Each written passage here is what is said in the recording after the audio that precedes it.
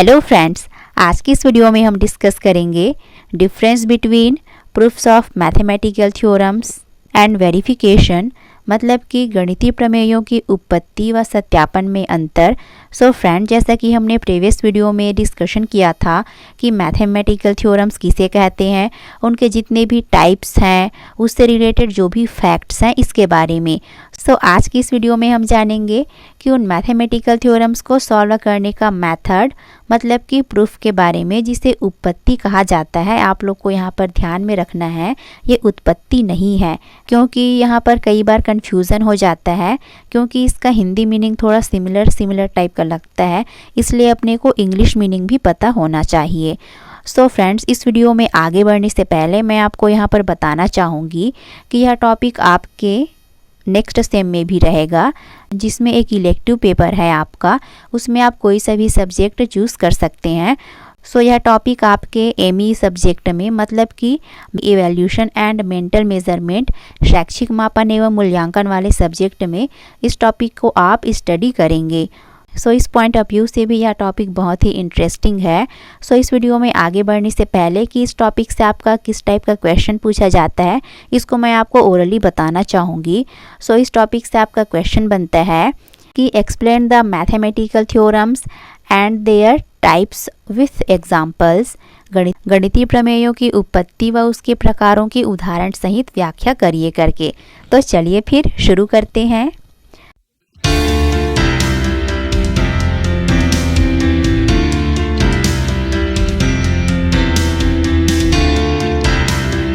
So friends, अगर आप इस चैनल पर पहली बार आए हैं तो इस चैनल को ज़रूर से सब्सक्राइब कर लीजिए और बेल आइकन को ज़रूर से प्रेस कर लीजिए, क्योंकि इस चैनल पर मिलते हैं आपको इस तरह के सभी वीडियोस पर फुल डिस्कशन वीडियो।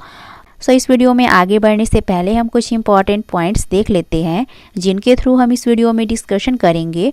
सो हमारा इस वीडियो का फर्स्ट पॉइंट रहेगा प्रूफ्स ऑफ मैथमेटिकल थ्योरम्स, गणितीय प्रमेयों की उत्पत्ति। इस मतलब कि प्रूफ्स किसे कहते हैं, इसके डेफिनेशन के बारे में हम इस पॉइंट में डिस्कशन करेंगे विथ एग्जाम्पल। फिर सेकंड पॉइंट रहेगा स्टेजेस ऑफ प्रूफ्स, उत्पत्ति के चरण। सो कि उन मैथमेटिकल थ्योरम्स को सॉल्व करने के कितने स्टेजेस होते हैं, इसके बारे में। फिर थर्ड पॉइंट रहेगा टाइप्स ऑफ प्रूफ, उत्पत्ति के प्रकार। तो फ्रेंड्स, यह पॉइंट बहुत ही इंटरेस्टिंग है, क्योंकि हमने अपने स्कूल टाइम में, कॉलेजेस टाइम में बहुत सारे थ्योरम्स को हमने स्टडी करा है, उन्हें सॉल्व करा है। बट इस वीडियो में हम जानेंगे कि प्रूफ्स के भी टाइप्स होते हैं। सो हमारा नेक्स्ट पॉइंट रहेगा मीनिंग ऑफ वेरिफिकेशन, सत्यापन का अर्थ। सो यदि इस पॉइंट को हम सिंपल से वे में समझने की कोशिश करें तो प्रूफ के बाद का जो नेक्स्ट स्टेप आता है वो कहलाता है वेरिफिकेशन, जिससे हम इस पॉइंट में वाइडली डिस्कशन करेंगे। सो नेक्स्ट पॉइंट में हम देखेंगे difference between proof and verification, उत्पत्ति व सत्यापन में अंतर, और लास्ट में हम इस टॉपिक का कंक्लूजन देखेंगे। सो हमारा फर्स्ट पॉइंट रहेगा प्रूफ्स ऑफ मैथमेटिकल थ्योरम्स, गणितीय प्रमेयों की उत्पत्ति। सो यहाँ पर आपको ध्यान में रखना है, ये उत्पत्ति नहीं रहेगा, ये उपपत्ति रहेगा, और इसका इंग्लिश मीनिंग रहेगा प्रूफ्स नॉट ओरिजिन। सो इस प्रकार से प्रूफ ऑफ मैथमेटिकल थ्योरम्स। सो इस पॉइंट में आगे बढ़ने से पहले यदि हम इसे सिंपल से वे में समझने की कोशिश करें तो मैथमेटिकल थ्योरम्स को सॉल्व करने का मेथड क्या कहलाता है, प्रूफ कहलाता है। सो इस प्रकार से the method of establishing the logical validity of the conclusion of theorems as a result of the hypotheses, axioms, definitions and already established theorems of a mathematical method is called the proof of the theorem. So इस प्रकार से proofs mathematical theorems को solve करने का ऐसा method है जिसमें पहले से इस्टेब्लिश किए हुए थ्योरम्स, जो भी मैथमेटिकल फार्मूलाज रहते हैं, शिक्षण सूत्र है, एक्सियम्स है, इनकी हेल्प से हम उस दिए हुए मैथमेटिकल थ्योरम्स को सॉल्व करते हैं। इस मेथड को क्या कहा जाता है, प्रूफ कहा जाता है, उत्पत्ति कहा जाता है। सो इस प्रकार से हम इसका एग्जाम्पल देख लेते हैं, जिससे हमें ये पॉइंट ईजिली समझ में आ जाएंगे। सो यहाँ पर एग्जाम्पल दिया है, यदि x और y परिमेय संख्याएं हैं तो x प्लस वाई भी एक परिमेय संख्या है। तो यदि हम इस एग्जाम्पल को सॉल्व करें तो हम पहले क्या बताएंगे, हम इमेजिन करते हैं ना हमारा हाइपोथेसिस क्या रहता है, माना कि x और y क्या है, रेशनल नंबर्स है। तो वी प्रूव्ड दैट कि x प्लस वाई भी रेशनल नंबर होगा। तो इस प्रकार से हम इसमें हाइपोथेसिस मतलब कि मान कर चलते हैं और जो भी हमारे पास पहले से फार्मूलाज रहते हैं उनकी हेल्प से हम उन मैथमेटिक्स थ्योरम को प्रूफ कर देते हैं। सो यह मेथड क्या कहलाता है, प्रूफ्स कहलाता है, उत्पत्ति कहलाता है। सो आई होप कि आपको ये पॉइंट अच्छे से समझ में आ गए होंगे। अब नेक्स्ट पॉइंट है स्टेजेस ऑफ प्रूफ्स, उत्पत्ति के चरण। सो फ्रेंड्स, मैं आपको यहाँ पर बताना चाहूँगी कि हमने जो मैथमेटिकल थ्योरम्स वाले वीडियो में डिस्कशन किया था उसका यह थोड़ा सिमिलर पॉइंट रहेगा।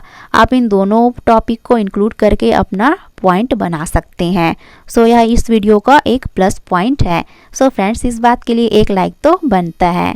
सो इस प्रकार से फर्स्ट स्टेज है प्राकल्पना मतलब कि हाइपोथेसिस। हम उस थ्योरम में दिए गए मेन टाइटल को मानकर चलते हैं कि माना कि x एंड y क्या है, रेशनल नंबर है करके। फिर सेकंड स्टेज क्या आता है कि उस थ्योरम में जो कंक्लूजन दिया रहता है, लास्ट में जो उसका परिणाम दिया रहता है उसको हम वी प्रूफ्ड दैट करके डैश करके अपना लिख लेते हैं। फिर थर्ड स्टेज आता है हमारा कि यदि कोई भी डायग्राम हो गया, फिगर हो गया, उसको हम डिस्क्राइब कर देते हैं और उसका हम एनालिसिस करके उसे हम डील कर देते हैं। सो इस प्रकार से लास्ट स्टेज आता है मतलब कि फोर्थ स्टेज है कि हम उस चीज़ को एनालिसिस करने के बाद हम उस पहले से इस्टेब्लिश किए हुए थ्योरम्स की हेल्प से या फिर जो भी फार्मूलाज रहते हैं उसकी हेल्प से हम उसे सीक्वेंस वाइज लॉजिकली वे से उसे प्रूफ्स के अंडर में हम डिस्क्राइब कर देते हैं। सो इस प्रकार से हमारा मैथमेटिकल थ्योरम सॉल्व हो जाता है, हमारा निष्कर्ष आ जाता है वी प्रूफ्ड दैट करके। सो फ्रेंड्स, आपको इस पॉइंट में सिर्फ एक चीज़ को इमेजिन करना है।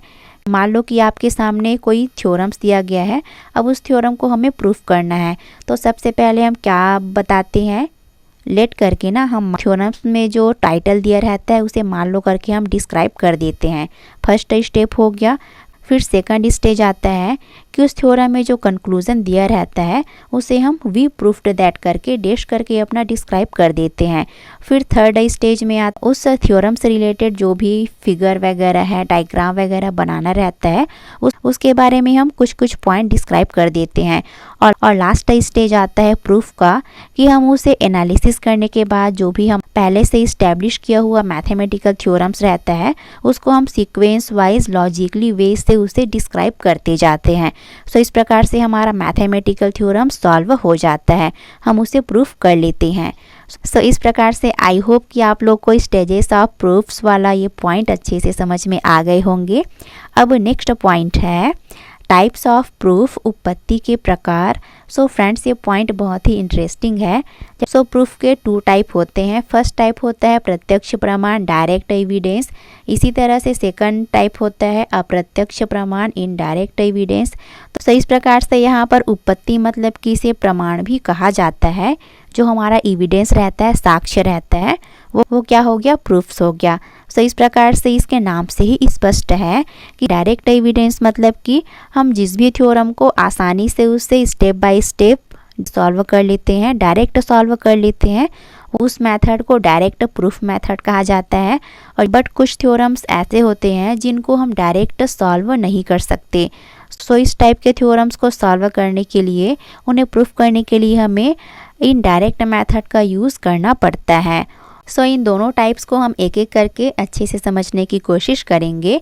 सो इसमें से नेक्स्ट पॉइंट है प्रत्यक्ष प्रमाण, डायरेक्ट एविडेंस। तो इसमें जो भी हमें हाइपोथेसिस दिया रहता है उसे हम ट्रू मानते हुए स्टार्ट करते हैं और जो भी लॉस ऑफ लॉजिक है, एक्सियम्स है, डेफिनेशंस है और पहले से इस्टेब्लिश थ्योरम्स है उनका हम यूज़ करते हैं। और जिसमें हाइपोथेसिस रहता है उसको हम ट्रू है करके प्रूफ कर देते हैं और अंत में हम उसे निष्कर्ष में प्रूफ कर देते हैं। सो फ्रेंड्स, यदि हम इस पॉइंट को सिंपल से वे में समझने की कोशिश करें तो मान लो कि हमें प्रूफ करना है P = Q, तो हम पहले बाय हाइपोथेसिस लगाकर हम मान कर चलते हैं, माना P, फिर हम उसको सीक्वेंस वाइज उसे लॉजिकली वे में प्रेजेंट करते हुए हम Q तक पहुंच जाते हैं। तो यह मेथड क्या हो गया, डायरेक्ट मेथड हो गया। सो इस पॉइंट को हम आगे और अच्छे से समझने की कोशिश करेंगे। सो नेक्स्ट पॉइंट है, यदि हम इस प्रत्यक्ष प्रमाण मतलब कि डायरेक्ट एविडेंस को सिंपल से वे में समझने की कोशिश करें तो मान लो हमें P = Q प्रूफ करना है। तो ये वही पॉइंट है जिसे जस्ट पहले अभी हमने डिस्कस करा। तो इसे आप देख सकते हैं, यदि P = Q हमें प्रूफ करना है तो उसके लिए हम पहले उस स्टेटमेंट को P से शुरू करते हैं और उसे सीक्वेंस वाइज लॉजिक वे में प्रेजेंट करते हुए Q तक पहुंच जाते हैं। तो प्रूफ करने की इस मेथड को डायरेक्ट एविडेंस मतलब कि प्रत्यक्ष प्रमाण विधि कहा जाता है। अब इसे हम एग्जाम्पल के थ्रू अच्छे से समझने की कोशिश करेंगे। मान लो कि हमें कोई 2 ऑड नेचुरल नंबर दिया है A और B। सो हमें यहाँ पर प्रूफ करना है कि उनके प्रोडक्ट भी आपस में एक ऑड नेचुरल नंबर होता है करके। आप लोग जानते होंगे कि ऑड नेचुरल नंबर का साइन होता है 2n+1। तो इसमें हम A = मान लेते हैं 2n+1 हो गया, B = हम मान लेते हैं 2m+1 हो गया। अब इसको हम डायरेक्ट सॉल्व कर लेते हैं। A × B = हम इसका वैल्यू पुट कर देंगे, मतलब कि स्मॉल ब्रैकेट में रहेगा। सो फ्रेंड्स, मैं आप लोग को यहाँ पर ये चीज़ें ओरली बता रही हूँ। सो इस एग्जाम्पल को आप अपने कॉपी में डिस्क्राइब कर लीजिएगा। सो इस प्रकार से हम इसे डायरेक्ट सॉल्व कर सकते हैं। A × B = क्या हो गया, हम इसका वैल्यू पुट कर देंगे। A = क्या है 2n+1 × B = क्या है 2m+1। अब यदि हम इसे सॉल्व करते हैं तो इसका वैल्यू आता है 2 × small bracket 2mn plus m plus n small bracket close plus 1। अब सो इस वैल्यू को यदि हम P मान ले तो AB का वैल्यू आ जाता है 2p+1 जो कि नेचुरल नंबर है। सो इस प्रकार से हम इस थ्योरम को प्रूफ कर लेते हैं। तो इस प्रकार के प्रूफ में 2 तरह के लॉस का यूज़ किया जाता है, जो कि इस प्रकार है। फर्स्ट लॉ है प्राकथनों को अलग करने का नियम, rules of separation of prepositions. वहीं सेकंड रूल है प्रतिस्थापन नियम, रूल ऑफ सब्स्टिट्यूशन। तो इन दोनों रूल्स को हम अच्छे से समझने की कोशिश करेंगे। सो फर्स्ट रूल्स है प्राकथनों को अलग करने का नियम।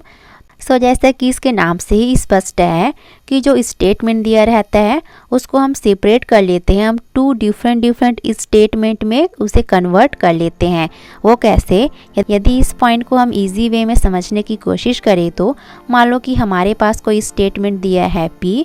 अब तो उसे हम ट्रू रिजल्ट के थ्रू मतलब कि एक सत्य परिणाम के थ्रू उसे हम लॉजिकली वे में सीक्वेंस वाइज प्रूफ सॉल्व करते जाते हैं, जिसके फलस्वरूप क्या है हमारा सेकंड स्टेटमेंट आ जाता है, मतलब कि हम Q तक पहुंच जाते हैं। सो इस प्रकार से इस मेथड में यह एक सत्य प्रकथन के परिणाम स्वरूप एक असत्य प्रकथन उत्पन्न नहीं हो सकता। मतलब कि यदि थ्योरम्स में कोई चीज़ कहा गया है तो वह उसी तरीके से ही प्रूफ होगा। मतलब कि यदि हमें थ्योरम्स में कहा गया है P = Q तो इसका रिजल्ट भी P = Q ही आएगा, हम चाहे किसी भी मेथड से इसे सॉल्व करें। कोई दूसरा स्टेटमेंट आ ही नहीं सकता, मतलब कि इसमें P ≠ Q आ ही नहीं सकता। तो इस प्रकार से यह इस फैक्ट पर आधारित होता है। तो आपको इस इमेजेस को ध्यान में रखना है। P हो गया, उसके बाद यहाँ पर ट्रू रिजल्ट हो गया, जिसके थ्रू हमें एक दूसरा ट्रू स्टेटमेंट Q प्राप्त होता है।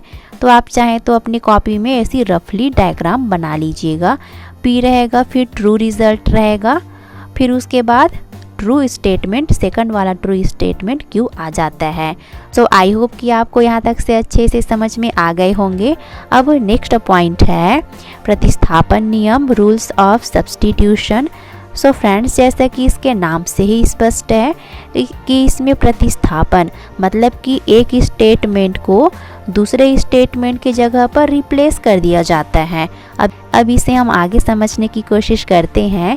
यदि P और Q कोई 2 इक्विवेलेंट स्टेटमेंट है तो इसे प्रूफ करते टाइम हम उस स्टेटमेंट को उसके इक्विवेलेंट स्टेटमेंट पर रिप्लेस कर देते हैं। और ऐसा करने से उसके ट्रू वैल्यू में कोई डिफरेंस नहीं आता है। मतलब कि इसे हम P के जगह पर Q भी चेंज कर सकते हैं और Q के जगह पर P करके भी चेंज कर सकते हैं, जिससे कि इसका वैल्यू में कोई चेंजेस नहीं आता है। सो इस प्रकार से यह पॉइंट बहुत ही इजी है। अब नेक्स्ट पॉइंट है अप्रत्यक्ष प्रमाण। तो प्रूफ का यह सेकंड टाइप हो गया। सो फ्रेंड, जैसा कि हमें जनरली देखने को मिलता है कि कई थ्योरम्स ऐसे होते हैं जिसके जो स्टेटमेंट दिया रहता है उसे डायरेक्ट प्रूफ कर पाना पॉसिबल नहीं हो पाता है। तो ऐसे सिचुएशन में इनडायरेक्ट एविडेंस का यूज़ किया जाता है। सो हम इसका एग्जाम्पल देख लेते हैं। मान लो कि एक ट्रायंगल है, हम इसको Q नाम दे देते हैं। अब इसके हम एंगल को भी नाम दे देते हैं। ये A हो गया, ये B हो गया, ये C हो गया। सो इस प्रकार से यह भुजा क्या हो गया, ये AB भुजा हो गया और ये AC भुजा हो गया। तो इसमें फर्स्ट कंडीशन क्या बोल रहा है कि एक कोण दूसरे से बड़ा है। तो मान लेते हैं कि AB एक कोण है, वो दूसरे कोण मतलब कि AC से बड़ा है। सो फ्रेंड्स, मैं आपको यहाँ पर ओरली बता रही हूँ, इसे आप चाहें तो अपने कॉपी में भी डिस्क्राइब कर सकते हैं। इससे आपका आंसर भी लॉन्ग हो जाएगा और आपका आंसर अट्रैक्टिव लगेगा। सो इस प्रकार से इसका सेकंड कंडीशन यह कह रहा है तो बड़े कोण के सामने की भुजा बड़ी होगी। तो इसमें बड़ा कोण क्या हो गया, AB हो गया ना। तो इसमें क्या कहा गया है कि उस बड़े कोण AB के सामने वाली भुजा क्या हुई, AC हुई ना। तो क्या कह रहा है कि ये कोण भी, ये भुजा भी बड़ी होगी करके, तो जो कि पॉसिबल है ही नहीं।